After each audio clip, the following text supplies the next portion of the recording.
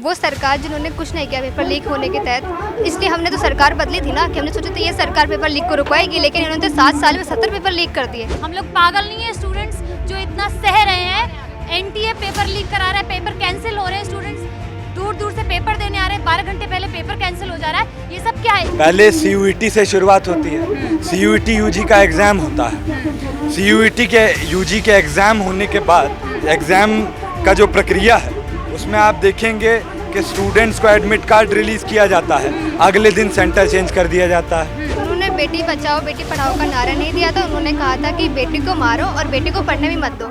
नमस्कार, आप देख रहे हैं न्यूज़ 1 इंडिया और मैं हूं आपके साथ मोना। आपको बता दें, एनटीए के खिलाफ जगह जगह पर स्टूडेंट हो चाहे कोई भी राजनीतिक दल की बात करें, सब धरने पर उतर रहे हैं। और आज हमारे साथ कुछ ऐसे स्टूडेंट जो है वो खड़े हुए हैं जो एनटीए के खिलाफ यहाँ पर खड़े हैं, धरना कह रहे हम जो है एग्जाम देते हैं, हम तैयारी करते हैं इतने दिन, और उसके बाद जो भ्रष्टाचारी वहाँ पर अंदर बैठे हुए हैं, जो उससे लिप्त लोग हैं, वो वहाँ पर अपना जुगाड़ सेट करके बैठे हुए हैं और उसके बाद हमको यहाँ सड़कों पर उतर के आना पड़ता है। ये हमारी मजबूरी है। ऐसे में हमारे साथ कुछ स्टूडेंट हैं, हम इनसे बातचीत करेंगे और जानेंगे क्या नाम है आपका। मेरा नाम आकांक्षा है।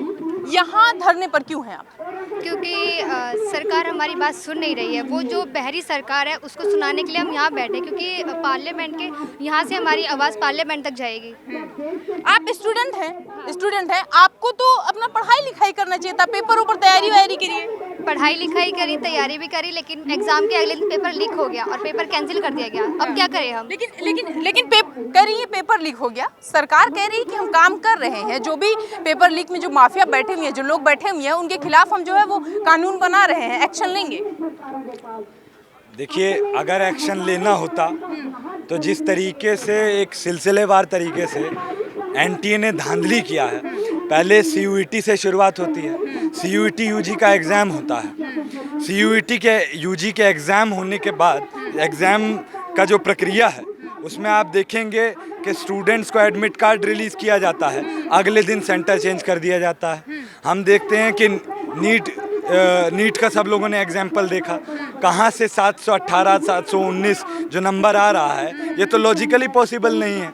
जिस तरीके से मैंने खुद अभी यूजीसी नेट का एग्ज़ाम दिया, हम लोगों ने आज तक सुना था कि एग्ज़ाम होने से पहले कैंसिल होता है कि भाई पेपर लीक हो गया है। यहाँ सारा सब कुछ हो गया, हमने पैसा दे दिया, हमने फॉर्म भर दिया, हमने वहाँ पे जा कर के और जो है सारा एग्ज़ाम दे दिया, सारा कैब का खर्चा, जाने का खर्चा, फिर वहाँ एग्जामिनेशन सेंटर में गर्मी का लुत्फ़ उठा लिया।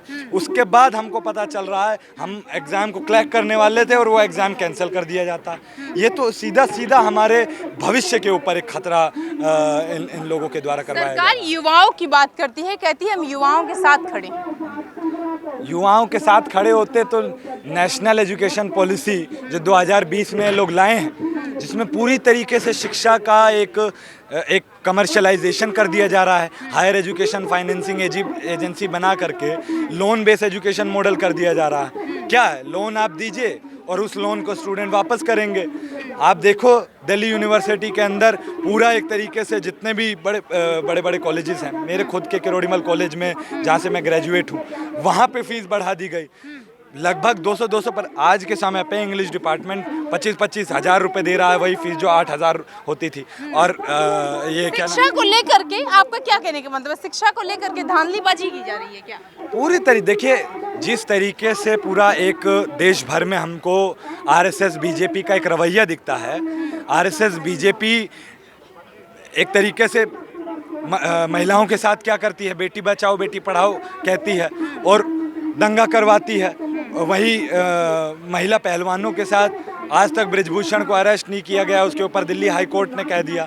तो एक दंगा कराने की जो प्रवृत्ति है, मुजफ्फरनगर से लेके गोधरा से लेके दिल्ली दंगों से लेके, वहाँ से ये बताइए, बेटी बचाओ बेटी पढ़ाओ का नारा बीजेपी की सरकार जो है वो देती। उन्होंने बेटी बचाओ बेटी पढ़ाओ का नारा नहीं दिया था, उन्होंने कहा था कि बेटी को मारो और बेटी को पढ़ने भी मत दो, क्योंकि बेटियां तो यहाँ जंतर मंतर में बैठी थी ना, तब कहाँ थी ये सरकार?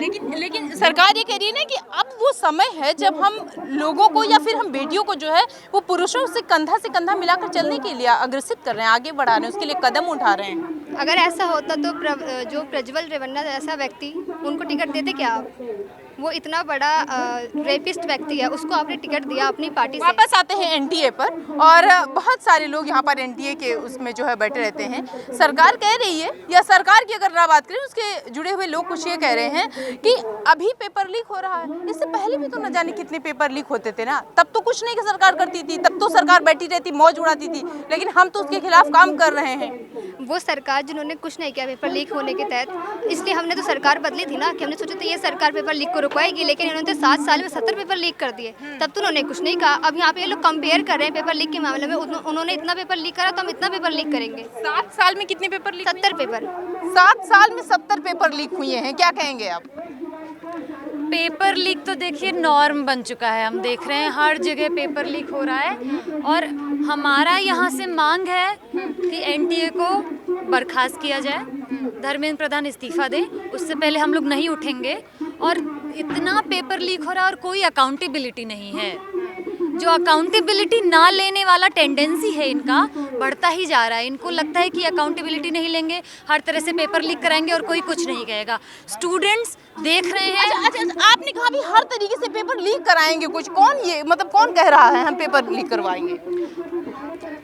देखिए, बात की खाल मत निकालिए, सबसे पहले तो बात हो रही है पेपर। एक सेकंड, आपने अरे एक सवाल, मेरी बात काट मेरी रही आप है। एक सवाल का जवाब दे दीजिए। जैसे आपने कहा ना कि पेपर लीक करवा रहे मैं हैं। सवाल का जवाब ही दे रही हूँ, आप मेरी हाँ, बात काट दे बताइए रही हैं। सवाल का जवाब। मैं यही बोल रही हूँ कि जब हम पेपर लीक की बात कर रहे हैं और लोगों पे कार्रवाई नहीं हो रही है, इसका मतलब वो लोग साथ दे रहे हैं उनका कि पेपर लीक होगा। अगर कार्रवाई की करें तो हम माने ना कि वो स्टूडेंट्स के साथ खड़े हैं। लेकिन सरकार तो लगातार ये कह रही है ना, कह रही कि मैं तो कार्रवाई कर रहा हूँ, इससे पिछली सरकार है उन्होंने कुछ कहा नहीं। आ रहे सरकार कुछ कर नहीं रही है, कहने को लोग बहुत कुछ कहते हैं, कुछ कर नहीं रही है, इसलिए हम यहाँ बैठे हैं। हम लोग पागल नहीं है, स्टूडेंट्स जो इतना सह रहे हैं। एनटीए पेपर लीक करा रहा है, पेपर कैंसिल हो रहे हैं, स्टूडेंट्स दूर दूर से पेपर देने आ रहे हैं, 12 घंटे पहले पेपर कैंसिल हो जा रहा है। ये सब क्या है? इनकॉम्पिटेंसी है। और जो संस्था इनकॉम्पिटेंट हो जाए, जिसके ऊपर से स्टूडेंट का भरोसा उठ जाए, उसे हटा देना चाहिए। और जिस मिनिस्टर के ऊपर स्टूडेंट का भरोसा नहीं है, उसे इस्तीफा दे देना चाहिए।